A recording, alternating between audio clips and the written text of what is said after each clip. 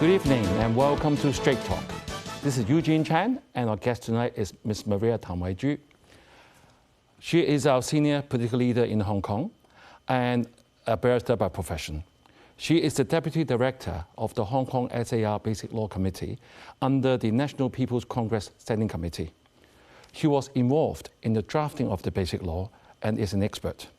We are very privileged tonight to have her to talk to us about the national security law and whether Hong Kong has become a better place. Welcome, Maria. Thank you, Eugene, for asking me to come. Thank you. Right.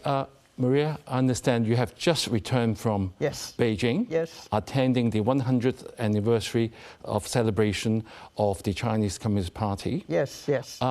Can you share with us your experiences, especially regarding to the COVID situation? Oh, well, it's a great birthday party. The COVID situation is in reign. Some cases in southern part of the country, but Beijing, there's no problem there.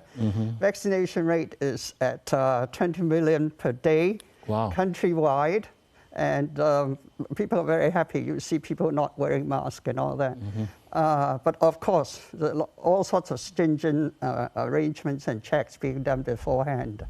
So it's a very happy birthday party because China has completed a Herculean task of lifting everybody from the poverty line. Yes. The spaceship has gone, and it's now joined up with the space station, which is a great achievement.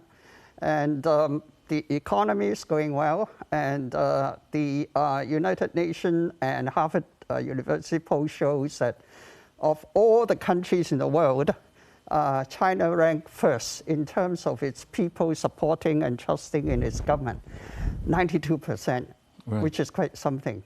So it is a very happy occasion. Yeah, I was going to ask you that, and thank you for giving us first-hand information, because I was watching the television news and all that, and you can see people are very happy. I was wondering whether it's only what we see on television, what is it off camera? That was the reason why I asked you that question. I sort of go to Beijing every 2 months, and believe you me, I can see from ordinary people in the street, they're very happy with the improvement that's been achieved in their life. Right. And President Xi Jinping also addressed the nation. Yes. And can you just share with us part of his speech where he sort of, if it had directed about Hong Kong or Macau, the SAR? Yes, as far as Hong Kong is concerned, of course, resolutely continuing the policy of one country, two systems, supporting Hong Kong's stability and prosperity. Of course, Hong Kong has a responsibility of safeguarding sovereignty, national interests, national security. And this is already well-faced and well-versed in many other speeches. One other point he made, which is not strictly in the Hong Kong paragraph, is to say that if any foreign country should wish to interfere with China's internal affairs, they're going to meet with the stone wall, or the steel wall of the people of China. Right. And they're going to bash their head with blood all over the face. Yeah, I heard that too. On that, I think Professor Lau Siu-Kai has mentioned that if the foreign powers are still intervening the internal affairs, then that means Hong Kong will more or less become more of a target. That means the need to getting out Article 23 is much more imminent than before. Do you agree? I would agree, but actually when the NSL was passed, it's already in the resolution by the Standing Committee that we should finish sort of updating and implementing a new Article 23 security laws in Hong Kong as soon as early as possible. Right. The words are as early as possible. Right. Since we just mentioned NSL, which is the National Security Law, it was enacted in Hong Kong on June 30th last year.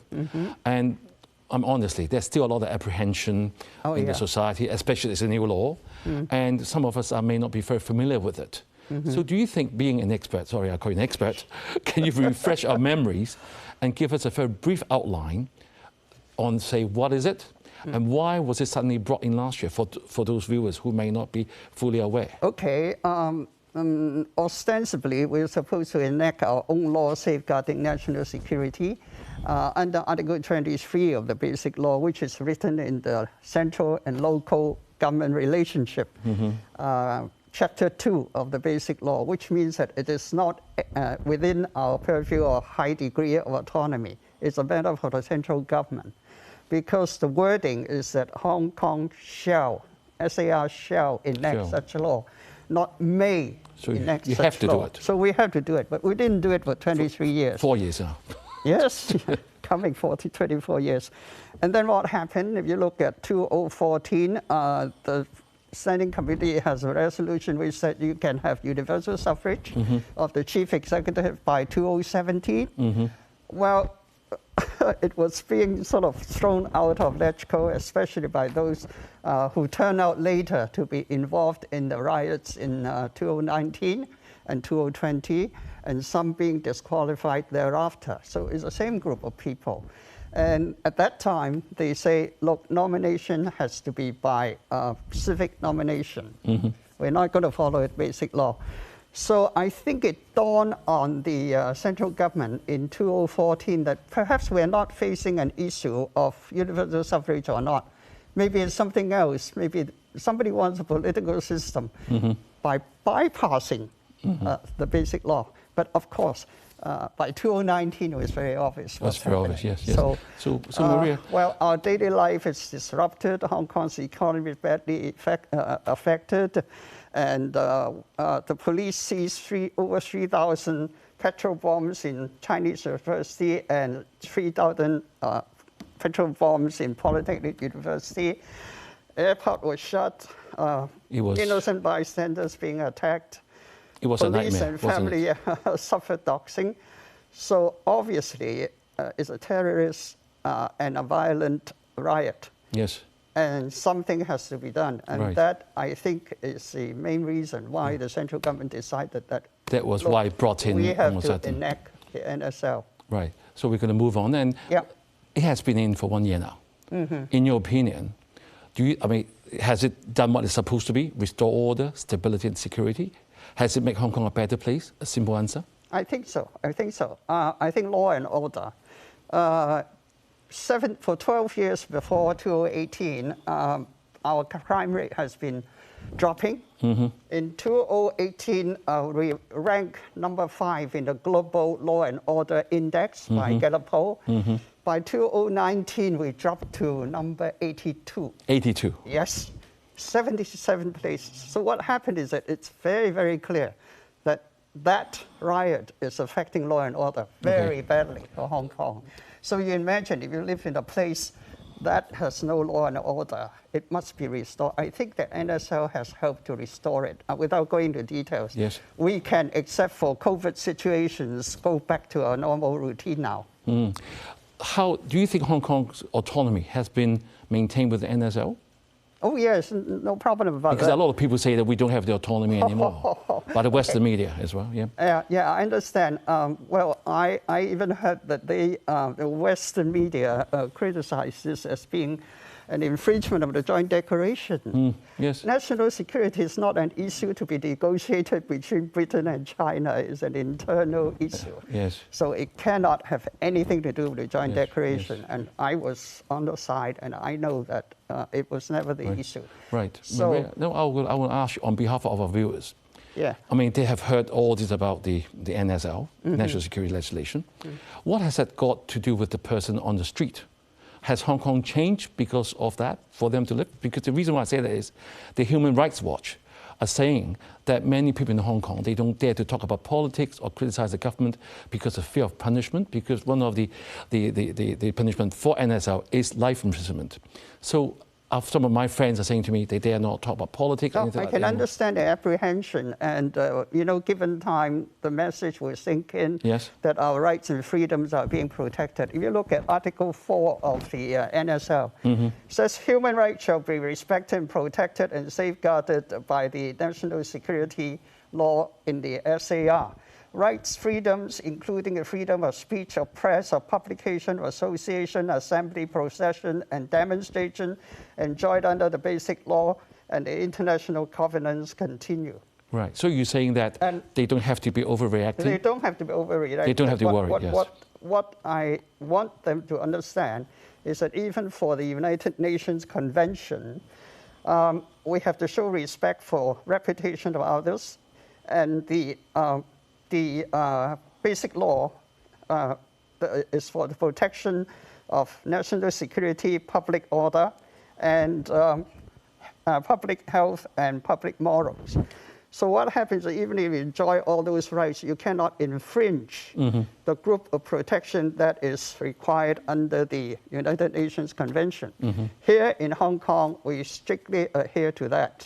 So if it's a matter of national security, you can have restriction on those rights and freedoms. But we use a common law system, and these principles are being enunciated in the European courts and definitely in UK, and that is, if you satisfy the judge that this restriction is in proportion with what you need to protect, then you're okay. So as long as things are in proportion, that will be all right. Maria, we'll come back after the break, but my question will be for the viewers, what are the main elements that they need to remember so that they won't cross the red line?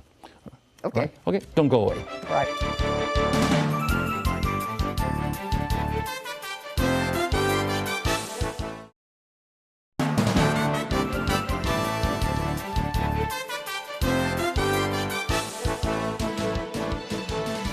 Welcome back. We've been talking to Ms. Maria Tam about the national security law and what it has done to Hong Kong. And before the break, I asked Maria the question on behalf of the viewers, what are the main elements that they need to remember so that they won't cross the red line? That means they can be assured. Chapter 3 of the NSL says there are 4 types of offenses we must not commit. Right. First one is succession, that is, you don't organize, plan, commit, or participate using force or otherwise in any activity with a view to undermine national unity. The second one is subversion, which means that you don't organize, plan, commit, or participate in any of the following acts which would threaten or subvert the state power. It could be against the central government, it could be against the Hong Kong government. The third one is terrorist activities, that is, you use force and you're damaging or destroying public utilities, public properties, and you're threatening the safety of individuals, all this with a view to achieve certain political aims. Right.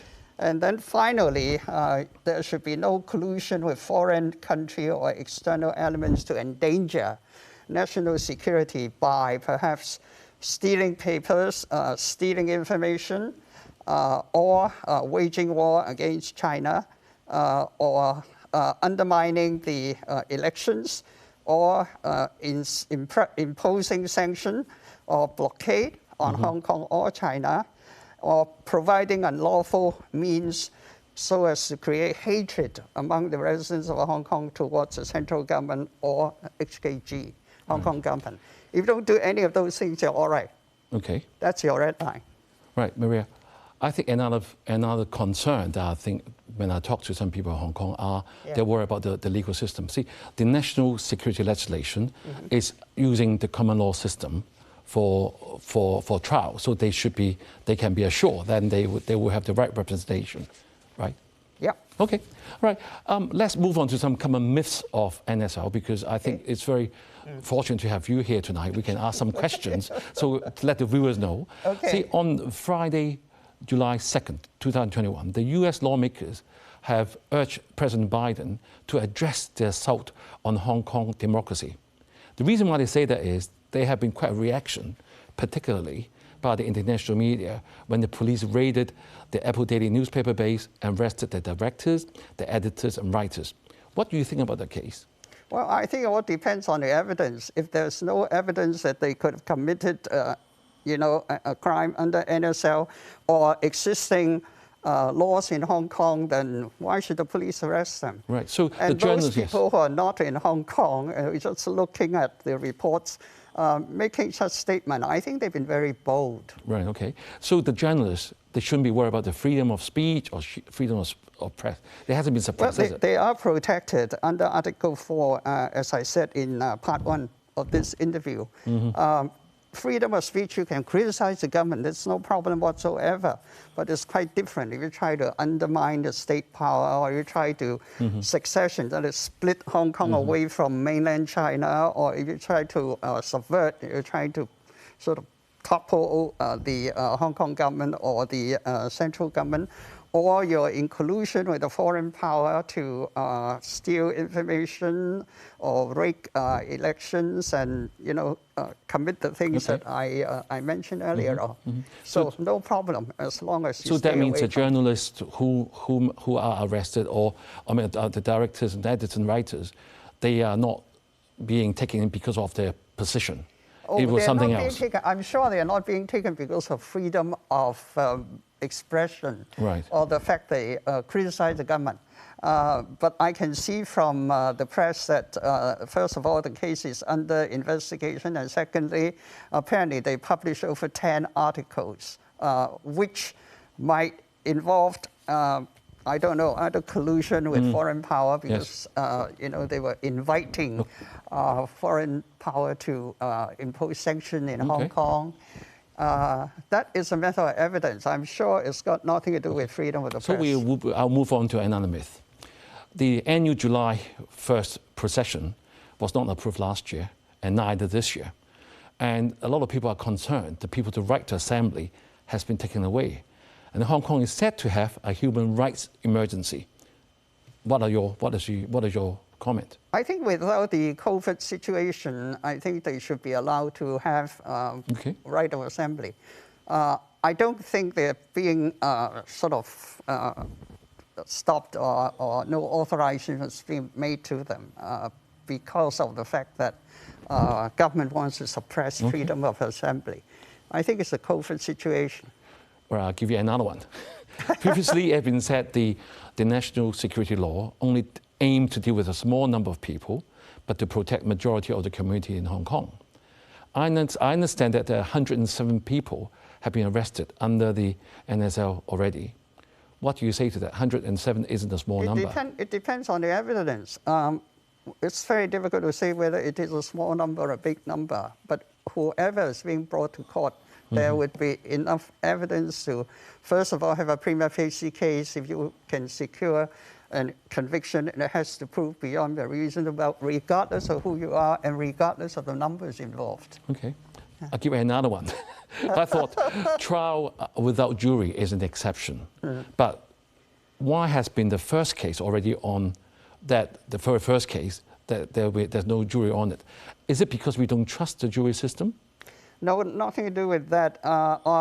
Under 3 types of circumstances, the Secretary for Justice can decide on whether there could be a jury or should be a jury.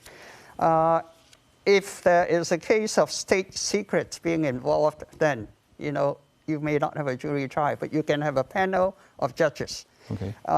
The other type is when there are foreign relations or foreign issues involved. The third type is when the juror or the family safety is being threatened. Under those 3 types of circumstances, the Secretary of Justice can say, look, it's not going to be a jury trial, it's going to be a panel trial. Okay. I'll give you the last one. Amnesty International, Ms. Teresa Bergman, said that in the past year, the law brought Hong Kong closer to a police state and created an atmosphere of fear. All aspects of society, from politics to culture, education to the media, can feel this atmosphere. She's also calling the UN Human Rights Council to arrange an urgent debate on the human rights situation in Hong Kong and China. How should all these foreign interventions be dealt with properly? Because, it looks like we have been, that's not the true situation, as you said, very bold comments.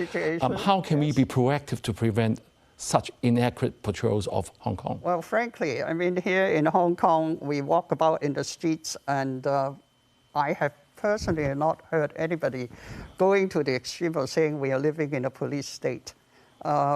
If you need help, the police will still help you, regardless of whether they think you're blue or yellow. Okay? But this kind of allegation from the international media and some, self-righteous human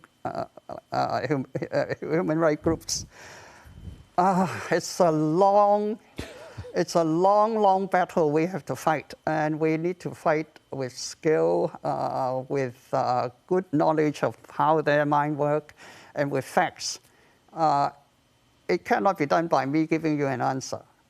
It's going to be something that both the central government and the local and the Hong Kong government will have to do together, right, explaining the real situation in Hong Kong. So maybe a straight talk as a start.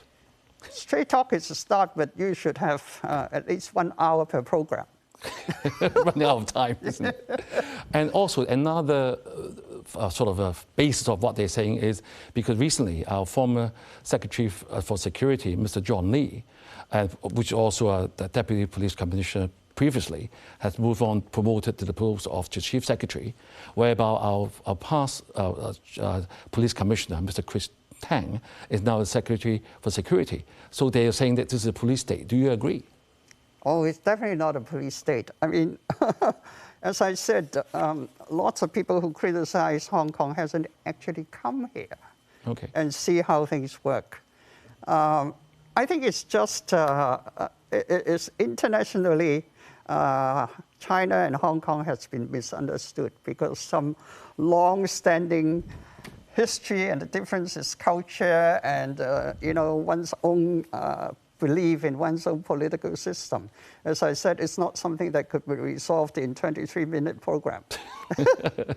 Maria, let's move on another topic that I'm sure many viewers would like to hear of your opinion.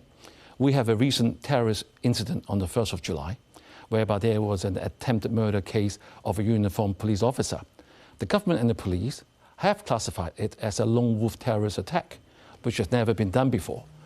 Do you think terrorism finally exists in Hong Kong? And what is the role of NSL in this? Terrorism is already there. In 2019, there's far more violence than just towards one individual. Mm-hmm. And actually, there was one bystander, he's a cleaner. He was being killed by a brick on his head. Terrorism is already there, but this particular one is a lone wolf one, unless the investigation proves otherwise. Mm-hmm. So it's there, and we have to investigate first to find out whether there is security danger, and secondly, there is a longer-term work to be done, and this is because Hong Kong needs a healing process. Mm-hmm. We try to understand that there has to be some common values that we keep to, such as respect for law and order. Okay. I think it's a sad thing to see parents bringing their kids around with a white flower. Mm-hmm. How is the children going to learn while they're in school that the teacher tell them that you have to keep law and order and be a law-abiding citizen? Because that is the norm. That is the thing that makes sure everybody in the society is safe. How is the kid going to react? Right, Maria, time has gone very fast. We are coming to the end of the show. I want to thank you again, and I'm sure we're going to invite you back very soon to clarify some more issues from other viewers. Final word, never glorify or sympathize with violence. Totally agree. Thank you for watching. Have a good week. Good night. Thank you.